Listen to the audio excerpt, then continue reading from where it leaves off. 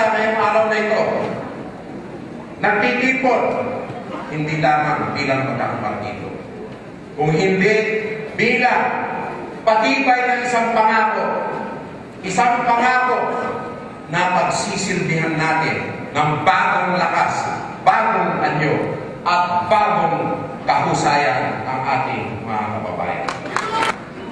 It is important perhaps to start to reiterate that this party was built in 1992 on the principles and values inherent in the political philosophy of Christian democracy and Muslim democracy, and of the ideals of liberty and freedom manifested by the martyrdom of Jose Rizal and many martyrs of the Philippine Revolution, and which 90 years later was continued in the people power of the peaceful EDSA revolution of 1986, when we finally gained full political liberties. The center of our politics is the Filipino as a human being, in his humanity, in his dignity, in his nobility. Our engagement in politics is to serve the people within the context of a peaceful Filipino society, built on the rule of law, which enables every citizen to pursue his or her dreams and renders to each citizen what is due. Justice is the cornerstone of a progressive society, and the state shall pursue a rights-based development. Sustainable development can only commence and only continue if it is based on the rights of the citizens and the dignity of persons. We shall protect the life of each and every citizen. Respect for life shall be from the moment of conception to the moment of death, as our Constitution. The protection of life is guaranteed by our Constitution, and on this principle there is no compromise. The human rights of each Filipino citizen shall be guaranteed and promoted both at home and abroad. We will uphold the family as our basic social unit, since it is the receptacle of our racial and our memories, and the repository of our values and principles.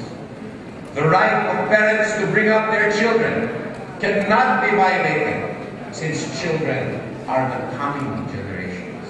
And on their will rests the restructuring of the future of our country and of civilization. We give substance to this commitment by nurturing families in the exercise of their right to have a roof over their heads, food on their tables, the right to send their children to school, the right of the parents to a decent livelihood so that they may provide for their children in their present needs and for their futures, and the right of every family to enjoy a quality of life commensurate to their dignity. Yes, thus every Filipino has a right to be fully employed, because it is in work that a person finds his fulfillment as a human being and gains the means to secure his dignity and to assure our citizens the exercise of their human rights.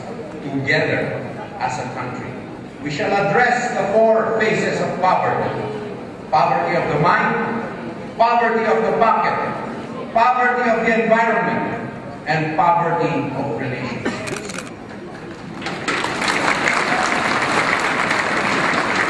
In confronting the poverty of the mind, we shall endeavor to raise our economy to a higher level of productivity and prosperity, continuing what is being done by our government today, and undeniably it has been a success. Education and health are the principal instruments so that those below the poverty shall be raised above. Education and health are fundamental rights of citizens. Thus, they constitute a duty of the state.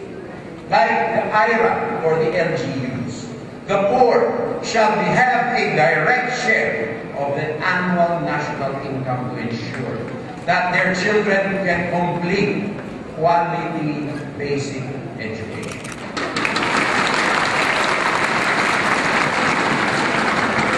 Access to tertiary education shall continue to be universal, and the state shall institute innovative financial arrangements such as a less burdensome student loan program to enable each home to have a college diploma, and in every family, a college graduate. Indigent families shall be automatically and universally covered by state and other participative health insurance schemes, and shall pay no excess fees for their health care and hospitalization. We shall educate more citizens to become entrepreneurs, so that their enterprises shall provide engines for productivity in our economy. We shall enable small businesses access to capital and credit, so that profitable enterprises may provide opportunities for livelihood for the population. We shall continue to upscale infrastructure to stimulate the economy and to consolidate our physically fragmented domestic market base. Thus, create more economies of scale and promote competition by lowering the costs of distribution and production. We should attract more investments for a good start. We shall continue to modernize the infrastructure for land, sea, and air transport. Both our highways on land and the highways on the seas should be safe and secure for commerce and for travel. Our railway system should provide a physical backbone to our main islands of Luzon, Cebu, Mindanao, and simultaneously linking more islands by bridges, making possible continuing efforts to have seamless travel from the north of Luzon through the Visayas and on to the south in Mindanao. We shall continue efforts to further reduce our dependence on imported energy and contribute to the global reduction in emissions by optimizing opportunities in green energy, both renewable and indigenous. A key plank of our party platform is development of a social market economy by expanding the frontier of public-private partnerships. The private sector is an engine of economic growth. Foreign investments serve merely as a source of supplemental capital and access to markets and complementary technology. On the whole, the state shall use a critical balance of competition and regulation to promote long-term national welfare. In addressing the poverty of the environment, we shall endeavor to protect whatever resources we have, both on land, on sea, and the air.